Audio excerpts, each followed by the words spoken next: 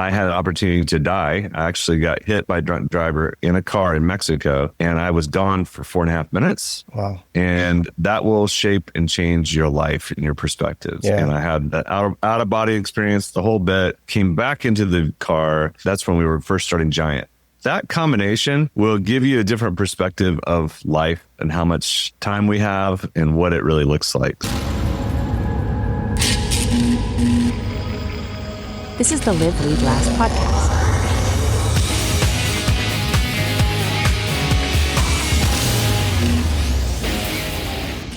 Hey friends, and welcome to the Live, Lead, Last podcast. I'm your host, James Duvall, and I'm so grateful you're tuning in today. This podcast is built for growth-minded leaders like yourself, entrepreneurs, business leaders, creatives, and everyday people who believe that success isn't just about what you build, but who you're becoming in the process. Around here, we believe that when you live with intention, lead with integrity, and build something that lasts, your influence expands far beyond the boardroom or the bottom line. Today's guest is someone I've long admired, my friend Jeremie Kubicek. Jeremie is a global leadership expert, entrepreneur, and co-founder of Giant, the organization behind powerful leadership tools like the 5 Voices, Support Challenge Matrix, 100X Leader, and more. He's also the author of 7 books, with his 8th book, The Voice-Driven Leader, dropping this fall. Jeremie's insights have shaped leaders in over 100 countries, and his approach to multiplying influence is both practical and deeply transformational. In this conversation, we're going to be talking about leadership, legacy, raising resilient kids, building intentional businesses, and even the moment in Jeremie's life that literally brought him back from death and reset everything. So whether you're grinding out your next big idea, leading the team, or navigating the tension between hustle and health, this episode is packed with wisdom that you can use right now. So let's jump into the conversation with Jeremie Kubicek. Well, Jeremie, it is such a pleasure to have you on the podcast. Thank you for taking the time to have this conversation today. Are you kidding me, man? I'm with James Duvall. This is it. This is big time. This is a surreal reality to me because I don't know if I told you this. When you and I first met, I had been such a fan guy. I've read all your books. Been involved with Giant for several years now. And we just happened to be at the same event with a mutual friend, Brad Lomenick. I saw your name on the list. There's like 450 people there. I thought you were going to be presenting. So I was super excited about hearing you speak live. And actually, we both ended up kind of showing up a little bit early. I walked in, and you and your wife walked in behind me. I was like, oh my gosh, I can't believe it's Jeremie Kubicek. And I struck up this friendship, and it's been a real joy and just blessing in my life just to have you as somebody that I can talk to and I consider a friend. Absolutely. And for those who know Lisa, as your better, Lisa and Kelly are both the better halves of both of us. No, it's so good. Tell me a little bit about you personally and your family, things that maybe people don't know. Yeah, absolutely. I'm a farm boy. My family moved from Prague, Czechoslovakia to Prague, Oklahoma. Wow. So Prague to Prague. I grew up in a Czech community as an only child on this farm, 105-year-old farm. Now we've had all those family members, and now it's my dad and I that own the farm. And it has a major part of our life. It's like on Yellowstone, the ranch is the main character. The farm is like a main character. It's a decently sized farm in Oklahoma. I've always come in and back to our farm. So I moved to Russia in the early 90s, as you do, after graduating in college, and started ventures. And I had this how do you use business as a platform for good? And that was the journey that I went on, and started these companies in Moscow in the early 90s. I got stuck in a coup attempt. I was in combat for 3 days, had a client assassinated, lived above a mafia group. So my first book was called Leadership is Dead, and it's all these mafia stories. So I experienced from moving from a farm to college to Russia, and all of a sudden I'm in the midst of the darkest, craziest place. And I did that for a number of years, moved back to Oklahoma because my father-in-law was in the Oklahoma City bombing and survived. So we moved back, ended up building and starting companies. I have too many stories, James, for this podcast, but hit by a drunk driver in a hurricane in Mexico, started our company while that was happening, and then ended up buying John Maxwell's company, started Catalyst, LeaderCast. But the entire vision has been, how do you use business as a platform for good? Yeah. And you let the world fund us to influence it. That's really been the strategy that I've been trying to do this entire time. Well, You didn't mention one that I actually found very surprising when I was listening to a conversation you were having on another podcast, that you actually used to sell African-American women's hair products. Yes, it's 6 years. When I moved back from Russia, my dad had this great saying, and it's really good. If you're listening to this, it's great for your kids, especially if you have kids going on to college or in your 20s. It's not what you do in your 20s, it's who you work for. So I moved back and I started looking for a job when I came back. And so I started looking for the people I wanted to work for, not the position that I wanted. That's really and good. It was the Humphreys family, Kent Humphreys, Lance Humphreys. So I ended up working for Lance. He's one of my best friends still today. And their business happened to be African-American hair care products. Wow. And so I ended up as a regional sales manager and then a vice president of marketing. And we were the second largest distributor in the United States. Yeah. And then it ends up, I went and started the first African-American haircare.com called ethnicsource.com. That is too funny. And it didn't make it. I lost it during the .com bust. Wow. But it was a crazy part of my life. But I became an expert for a season on why the curl was dead in certain parts of the country. And I was like the stat guy on all the trends. And I know a lot about Luster Pink Oil and Duke's Pomade and bump stoppers and so on and so forth. That's too funny. It reminds me of that old movie Coming to America with the gel curl or whatever it was. And you probably knew all that stuff. So that was my past. I'd love to know, in your journey to where you are today with Giant, was there anything pivotal in your life that really turned you on to leadership? It's a great question. Two parts to it. One, I think one of my superpowers is taking complex things and making them simple. And when I would be in with Kent Humphreys, he would always have these resources and books. And I was just a voracious reader and learner, but I was also, as understanding scripture, understanding leadership. And I kept seeing leadership. And it was in the 80s, leadership. The guru model was, Ken Blanchard and John Maxwell and all these people. And what I've found is leadership is actually a tricky subject because it's broken down in three areas. There's personal leadership. Yeah. Do you know yourself to lead yourself? There's relational leadership. Do you know others to lead others? And there's professional leadership. Can you master your role? And I kept finding that I'd have these guys going, oh, I'm a leadership junkie. I am so into leadership. And I'm like, well, but nobody likes you. It's like, yeah, so you're really good at number three. You're really good at professional leadership. You know how to do KPIs. You know how to lead meetings. You know how to execute, but nobody wants to work for you. So you're not a very good relational leader, but you're a really good professional leader. So I just started dissecting all things leadership to figure out, what does it look like when you put it holistically all together? Yeah. So you take that was one learning from my time. And then we got bought out and I started working in private equity. And I was a part of buying 17 businesses in 3 years. And so I got to understand what leadership really was. I was probably jaded a little bit in those respects. And then the other part of me was I had an opportunity to die. I actually got hit by a drunk driver in a car in Mexico, and I was gone for 4.5 minutes. Wow. And that will shape and change your life and your perspectives. Yeah. And I had that out of body experience, the whole bit, came back into the car. That's when we were first starting Giant. That combination will give you a different perspective of life and how much time we have and what it really looks like. So those were key pillars. So talk to us a little bit about the genesis of Giant. What initiated the start of that?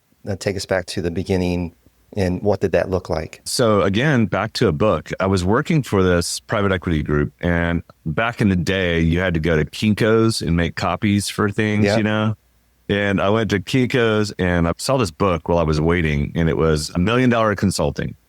And it was like, I was so ready to be out of this private equity group because they were a dominating group. The one I work with, they were very malicious, very transactional, no relationship, just everything that I was not. Yeah. And I'm like, oh my gosh, what if I could start my own business? I've always wanted to. I was 28, 29 years old, maybe 30. And so I read this book, and then I started to piece together, like, I think I could do this. So then I found this one friend, and he had been an entrepreneur, and he had started several companies together. So we just envisioned it. And Giant, we were like, let's do big things. It started as a growth advisory firm. Let's help people grow I was already doing that, and I was a vice president of marketing. I was always revenue generating. My business partner was the same. And so we started this idea, and it was really crazy, James. I had a lot of crazy stories. We said, hey, look, you go away and I'll go away. And on Monday, let's show each other names, brand names, right? This is we had computers, but this was handwritten journal. So we come the next Monday, and at the top of our list, Giant was the name on both of our lists. Wow. And we hadn't talked about it. There was we have no context for that. So I went away to Mexico that next week on a trip, and we didn't have one client yet. We had one verbal client, and I was quitting my job, starting Giant with one verbal, and I get hit by a drunk driver. Had that happen to me. So when we got back, we squashed the I. So if you look at our brand, it stands for humility, not pride. Yeah, I love that. It stands for David, not Goliath, David, not Saul. Mm-hmm. And so Giant, David was the real giant. Yeah. And so that's what Giant stands for. And that's kind of what happened. You know, one of the things I've always loved since I've been introduced to Giant is that humility is actually rampant through every guide, every catalyst you meet. It's pervasive in the organization. And, sometimes you see a brand that claims to be something and they're not. But the fact that, you just pulled it out, because I was actually going to ask you about that little I, because it is such a value of Giant. And I think it's amazing how that story came about. I never heard that. Talk to us about what sets Giant apart from other leadership organizations. And so, little backstory. I had the opportunity we bought John Maxwell's assets. And when we did, we went from about 5 states to 72 countries. Okay. So it was like a little dog that caught the bus, right? And all of a sudden, we put us on the map globally, and we're learning tons of things. We had partnerships with Henry Cloud. We partnered with Pat Lencioni, different thought leaders. So I started aggregating these thought leaders. And I'm like, hey, it'd be like the Avengers. We get Andy and Craig. We have a catalyst. Now can we get John Maxwell and Pat and Henry and maybe Jim Collins in there and Mark Sanborn? We were just aggregating all these. And it was like herding stallions. Mm-hmm. They're great people, but they all don't want to play like that. You know, they have their own brands. So Henry and Pat were like, Jeremie, you do it. You have these tools. Why don't you write the book? You should do it. And so that's what happened. That kind of started that off, that journey. I started realizing as we had these stages, LeaderCast and Catalyst, everyone wanted to be on the stage. And I'm like, are we building celebrity pastors here? Catalyst. And then everyone wanted to be on the stage of LeaderCast. And I started to watch and understand that the learning was changing dramatically. And in the 21st century learning, the 20th century was, remember underlined learning where you have an underlined word and leaders are underlined and you brought it in. And it had these notes and everything was about reading and everything was about didactic learning and writing and filling in notes. That was changing dramatically with technology. So we were learning very quickly that everything was turning visual and that you needed a visual tool, and people were not reading. People were cynical know-it-alls because there's too much content, and then they're reading far less than they've ever read before. And then everything was visual. So I realized I got to get out of this business. I got to get out of, we're at the peak of Catalyst. We're at the peak of LeaderCast. We had 184,000 people in a simulcast. I sold down and then eventually sold out. And people thought I was crazy that we gave up and sold John Maxwell and we sold Catalyst. We sold at the right time. And then we started this journey and no one understood what we were doing exactly. We went from a Greek system of learning of the Parthenon, where everyone comes to these big gatherings and espouses, listens to the expert, to a rabbinical, to Jesus style of learning, which is follow me, learn from me.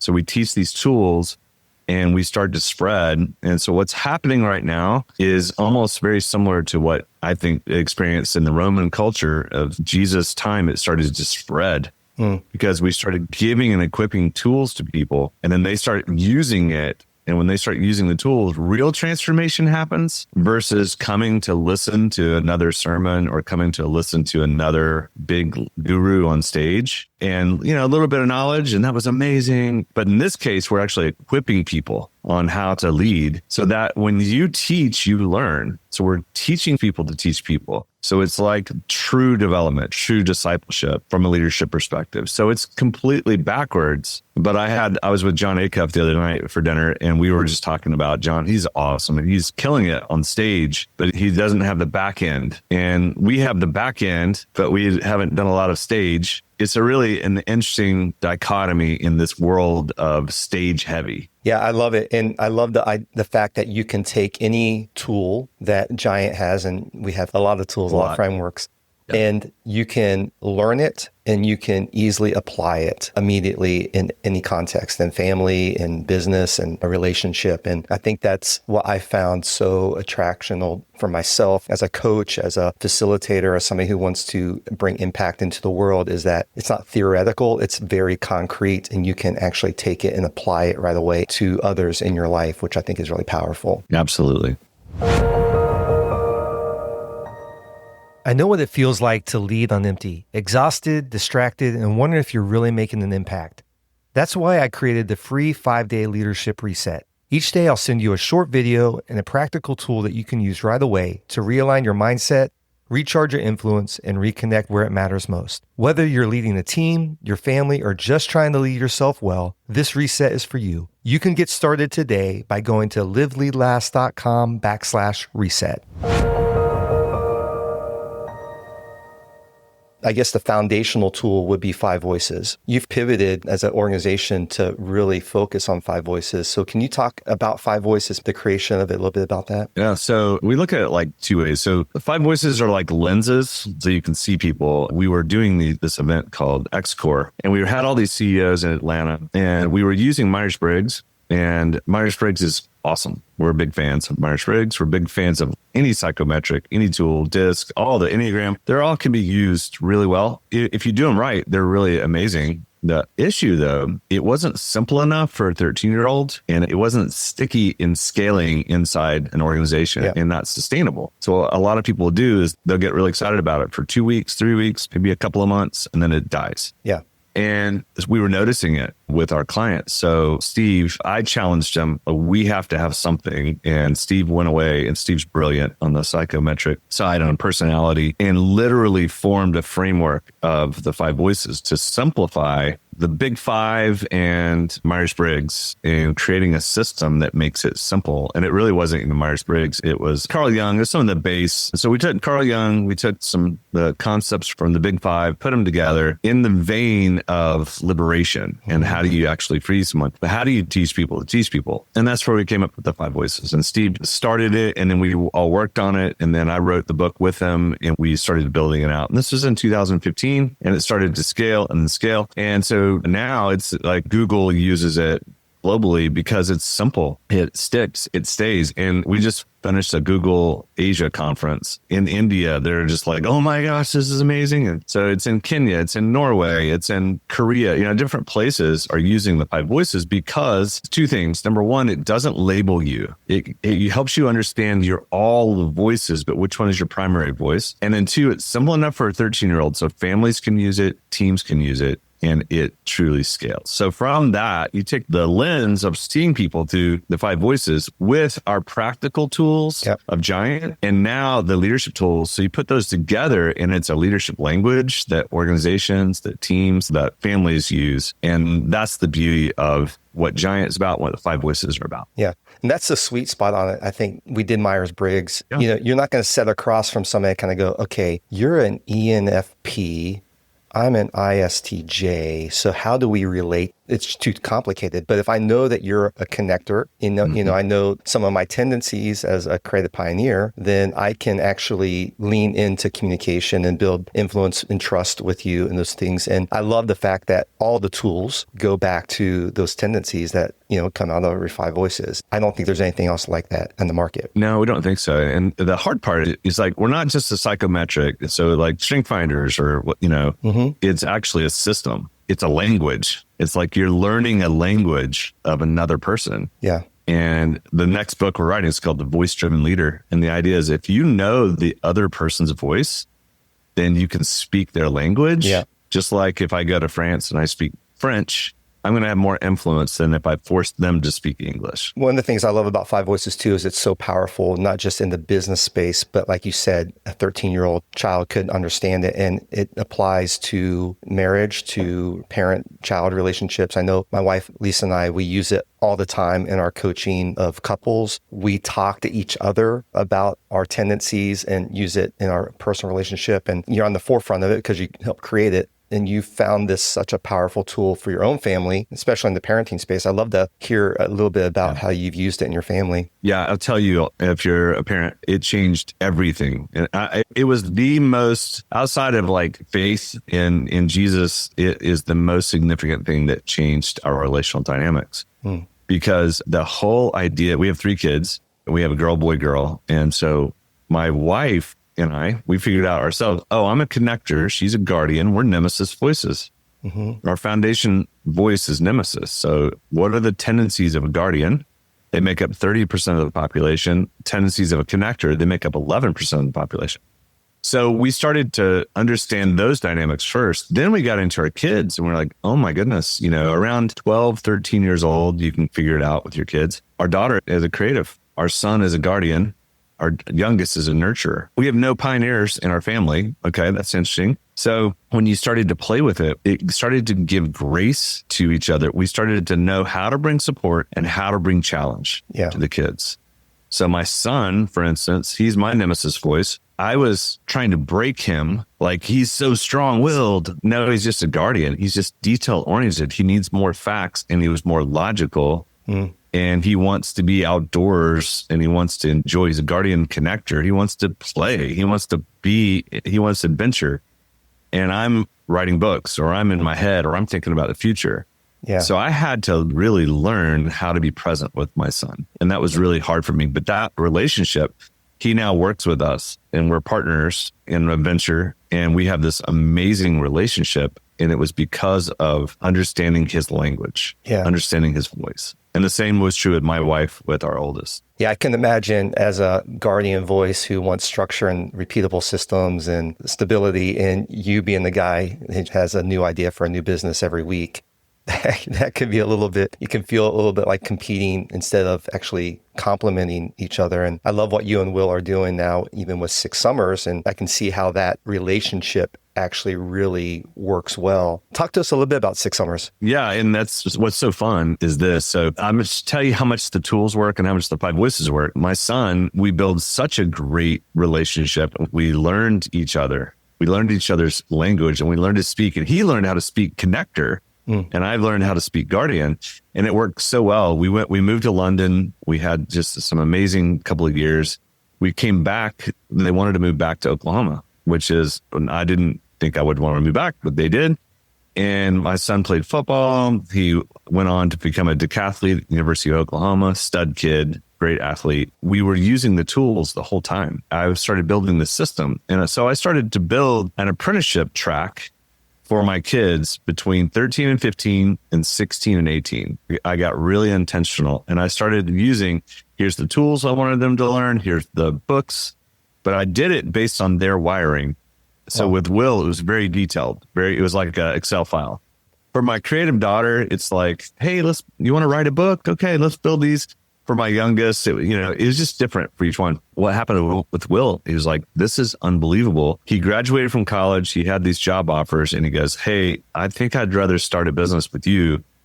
And this was during COVID. And he goes, what if we built a company that equipped moms and dads on training their 13 to 18-year-olds? So it's called 6 Summers. We did a mixture of adventure trips and training. And so we're going out west this year with a group of dads and their 14 and 17-year-olds. And we train the dads to train their kids using the tools and understanding their personality as a part of it. So that's what 6 Summers is basically. It's content and concepts for every year. And we built 13 is a year of identity, 14 is a year of relationship, 15 is a year of responsibility, 16 is a year of choice, 17 is a year of purpose, 18 is a year of launch. That's awesome. And every year has a purpose to it.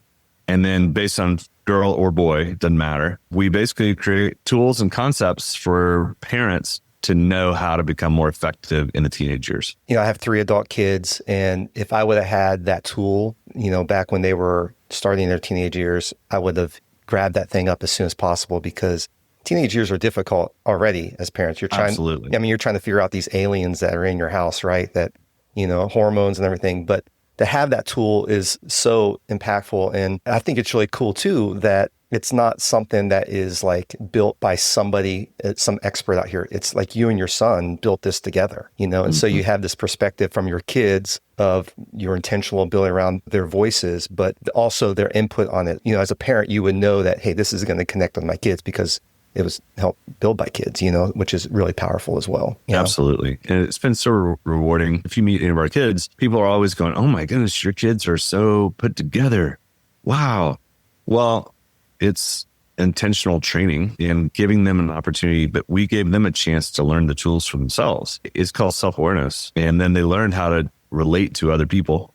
Yeah. And now they're learning how to do professional mastery. It's the third part, When I first met Will, I've been on a few conversations with him. The first time I met him, I was like, man, I hope he's single because I would love to introduce him to one of my daughters. He's a sharp guy, really sharp guy. So you've done a great job raising your kids. All married. I know. It's great for his wife. I was like, oh, okay. So hey friends, I want to take a quick break to tell you about something that's become a real part of my daily rhythm. It's my Titan cold plunge system. I purchased the Bravo tank paired with a 1/3 horsepower chiller, and I've been using it consistently for the past few weeks. I was looking for an affordable, no-hassle cold plunge solution, something that didn't require me to keep dumping bags of ice just to keep the cold water consistent. And this system absolutely delivered. The water stays cold without any fuss, and the build quality is rock solid. But more than that, it's been a huge boost to my mental clarity, energy, and recovery, and overall well-being. As a leader and entrepreneur, I'm always trying to stay sharp and present. And Titan has helped me do just that. So if you've been curious about cold plunging or want a more reliable setup that actually lasts, check out Titan Cold Plunge Systems with the link in the show notes. You have a big event coming up this fall. Yeah. Voices 25. Talk about the background of that and what you're excited about. What's happening is because we've worked 10 years to seed the world with 5 Voices and build, our whole vision is to raise up and build liberating leaders to change leadership culture in every city and sector in the world. So we're working on city captains, sector captains, and these sectors would be, and we'll get to you in a second, right? Yours, but the sector captains would be like 5 Voices in sports, 5 Voices in military, 5 Voices in retail, 5 Voices in health, and so on and so forth. And then we have city captains like in Calgary or Albuquerque or Kansas City, Oklahoma City, West Palm. And so all of these, the goal is to equip and support and challenge leaders to become liberators, liberating leaders. So then once a year, we just gather them and we gather people so that they go, is this real? Are you guys real? And I'll just say it's the largest gathering of the healthiest people on the planet. Wow. And when people come, because they're self-aware, they've been working on themselves. It's like positive, encouraging, but it is learning. It is an amazing event. So it's called Voices 25. We'll do Voices 25, 26, 27. It's in Oklahoma City. We're going to do it in Oklahoma City for the next 5 years. And you go, why Oklahoma City? A lot of people are like, that's not a destination, right? That's not Florida. But what's interesting about Oklahoma City is 30 years after the Oklahoma City bombing, which my family was affected by, Oklahoma City has basically focused on being the healthiest and growing to be a healthy city. I don't mean health on physical yet. That's catching up. I mean like healthy spiritually, relationally. There's something happening here. So we're like, you know what? We have our offices and campus right downtown Oklahoma City. We're making a campus environment, and it's a tennis shoe conference, meaning that you're going to walk all over the city to have meetings in different locations. Okay. Based on an app. You follow an app and you basically go, hey, I've got my at 2:00, I'm going to work on 5 Voices for family, or I'm going to work on my health journey. I'm going to work on my leadership. And it's a holistic event. So we're opening up to the world. We'll have about 650 people. We'll have about 200 or so of our giants or certified professionals. And the rest of them will be open to the public. And we want people to try it on and experience 5 Voices and see what we're trying to do globally. Yeah, if somebody's listening to this and they're like, I'm not sure if that's for me or not, who are the type of people that should come to Voices 25? Yeah, okay. So if you lead people and you have if you're a volunteer leader or actually lead people at all, it would be amazing for you to bring a couple of people from your team and come as a team. Okay. And experience it. We're having an experience night. It's indoor, outdoor. It literally is a Tennessee conference. So it's like we were joking, it's like the Flaming Lips meets TED meets summer camp all put together. And it's not really summer camp, but it's just this format of it's really creative and fun. And then if you're an individual and you want to grow and you're like, you know what, I'm not fully there as a leader yet, but I'm aspirationally wanting to be there, you're welcome to attend. It's open to the public. We're going to be working on going really deep in truly developing yourself and developing other people. How do you actually develop? How do you take someone to an entirely next level? And how do you create a journey for them? That's awesome. I can't wait. Lisa and I are going to be there and all in on it and super excited. You guys are speaking. You know that, right? You told me that. So excited about that too. We have more to talk about. Yeah, I'm super excited about our involvement with Giant because I believe in it. Everything you just said, the most positive people, every time I'm in the call with guides or catalysts, they're just great people. And sometimes the world around us can be so cynical and so negative. And so to have a community of people that always have kind of this mindset that the best days are ahead, that they can make a difference, that they can use their life to make a positive impact in other people, that 100X mentality, 100% healthy, X multiplying other people, it's unbelievable. There's nothing like it. And so I'm super excited about Voices 25. And if you're listening, we'd love to meet you there at Voices 25 as well. You mentioned that a lot of the people who are coming to Voices 25 are guides or catalysts. So talk a little about the certification Giant offers. Yeah. So for years, we were a little too creative on how we were doing it. And, when you look at how do people get certified, you have Myers-Briggs or DISC or Strength Finders or whatever. There's a million of these different groups. And we're like, why don't we just make it and do what everyone else does? Let's just make it simple. We just happen to be on the lowest cost when Strength Finders or Donald Miller or John Maxwell, they're probably double of what it costs. For us, we're wanting people to be in our community. So to get certified, you're either getting certified as an internal trainer or HR leader or learning development, or you can get certified if you have a small business and you just want to run it yourself. You can learn to run the Five Voices system inside your organization. Okay. And there's different programs and different things you can do. Or you can, if you're a part of a larger organization and you have trained the trainers, but you still need to work with a consultant or a guide, but you want to get certified too, that's the way that happens. Okay. Let's say you're external and you're a coach, or you've always wanted to be one, or maybe you have a consultant or a counselor somewhere where you're serving people professionally, then the Five Voices certification is really powerful. It's simply you're learning the Five Voices system, but you're learning to apply it in multiple different ways, from using technology to workshops, to coaching, to training. We walk you through the entire process in a cohort. You can also do self-discovery. There's different ways to do it. But we just do it in the same way that every other group does it. Yeah. And we try to make it as affordable as possible. Here's the only thing I say. We're actually after people who truly want transformation for people. It's also a business, and you can use it as a business. And we have a lot of people making a lot of money on the Five Voices. Yeah. If that's what you're trying to accomplish. So I'm a guide. So I'm certified as a guide, as a coach. And my wife, Lisa, is actually certified as a catalyst for our church. And so we're both in the space and using it different places, different ways. But one of the things that I think is unique about Five Voices is you think about like Enneagram or DISC or Myers-Briggs, and it's a tool. It's one tool. My wife, Lisa, she's a certified Enneagram coach as well. And so it's amazing how much integration there is between Five Voices and Myers-Briggs, or Five Voices and Enneagram, Five Voices and Strength Finders. It plays so well together with all the other tools that even if you're certified in another tool, there's things that Lisa will bring out in her Enneagram coaching that is really Five Voices stuff. And what's fun about that, James, is we have managers, captains over every one of these groups. So we have people they love Strength Finders. Don is one, he loves strengths, and he's one of the OGs of Strength Finders, but he's also certified in Giant. We found that if you have a certification, on average, you'll have 3.4 certifications. So we're like, we just want to be one of them. Yeah. But we're not trying to boot out Strength Finders or DISC or Myers-Briggs. We're trying to be additive to them. Yeah. So in strengths, he's learned how to use strengths in the same way that Lisa's learned how to use it for Enneagram. It marries really well. The difference with Five Voices and Giant is we have this tool set that lasts and can be used for eons, for years. Right. And the tool set with the learning, with the psychometric, they go so well together.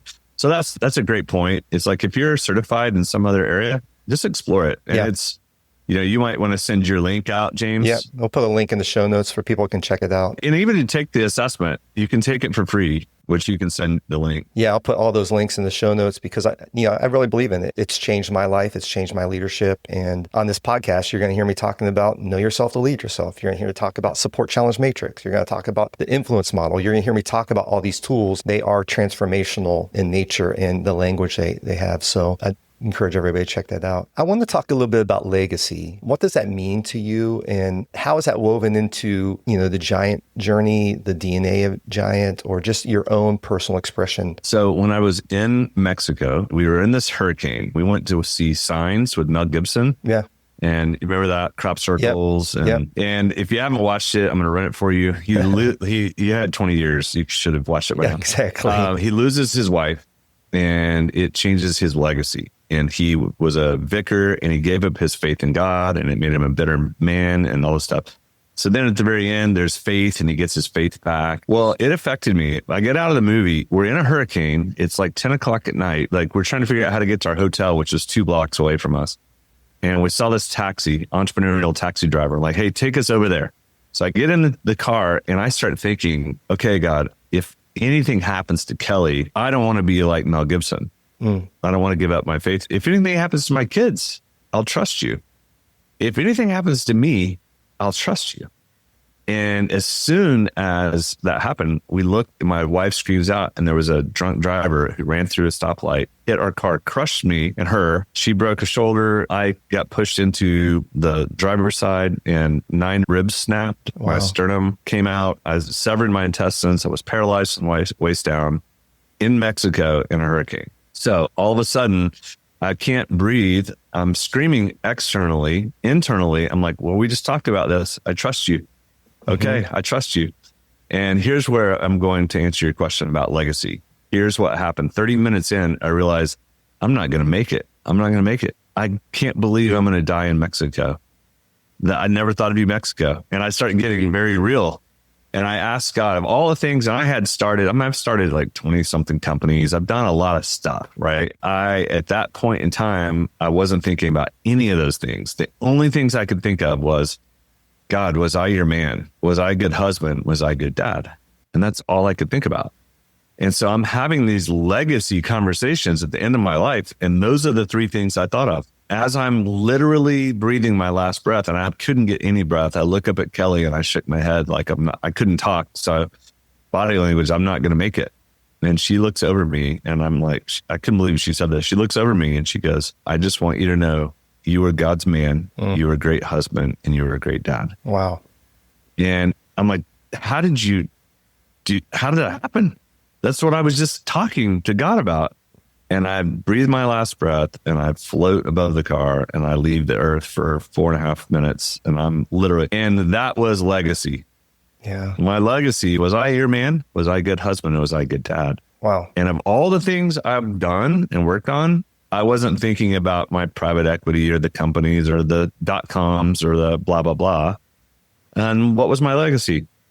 Was I God's man? Was I a good husband? Was I a good dad?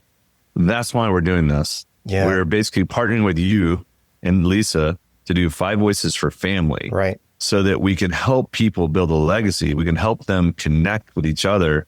We can help them connect with their kids and not throw away their lives and their legacies chasing money or trying to be somebody, but we're trying to get them to the core of those 3 areas. Man. That's my view. That's powerful, man. That's really powerful. I got a little emotional there. Just resonate with that a lot. You want your life to have significance. The Bible talks about having fruit that lasts into eternity, that it's not just about the work we do, but like what's the impact and significance we're leaving in the lives of our family and the people around us. So that's really powerful. Well, Jeremie, this has been so rich and so fun. I mean, it's really, again, such a blast and such an honor to have you on the podcast. I'm going to put all the links to how to connect with you and Giant in the show notes. But thank you so much for being on the podcast today. So excited, James. Fired up for the start of the 5 Voices for Family and all the work we're going to do together. I'm so grateful for Jeremie's time, his story, and the practical wisdom he shared. Thank you so much for joining us today on the Live, Lead, Last podcast. I hope this conversation with Jeremie Kubicek challenged and inspired you as much as it did me. If you want to take a deeper step, be sure to check out the show notes. You'll find the link to take that free 5 Voices assessment, along with all the other tools and resources Jeremie mentioned in this episode. It's a great way to grow your self-awareness and begin multiplying your impact right where you are. If you haven't already, subscribe to the podcast and follow the show so you don't miss any upcoming episodes. And if this conversation resonated with you,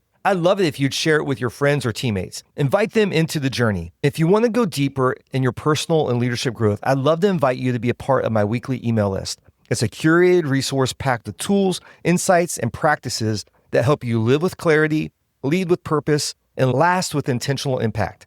Just text the word GROW, that's GROW, to the number 66866 to get started. Finally, if we're not connected yet, come say hi on Instagram or LinkedIn at @JamesDuvall. I'd love to hear what stood out to you and what you're working on as you grow. Thanks again for listening. I'll see you next week. But until then, live deeply, lead boldly, and last intentionally.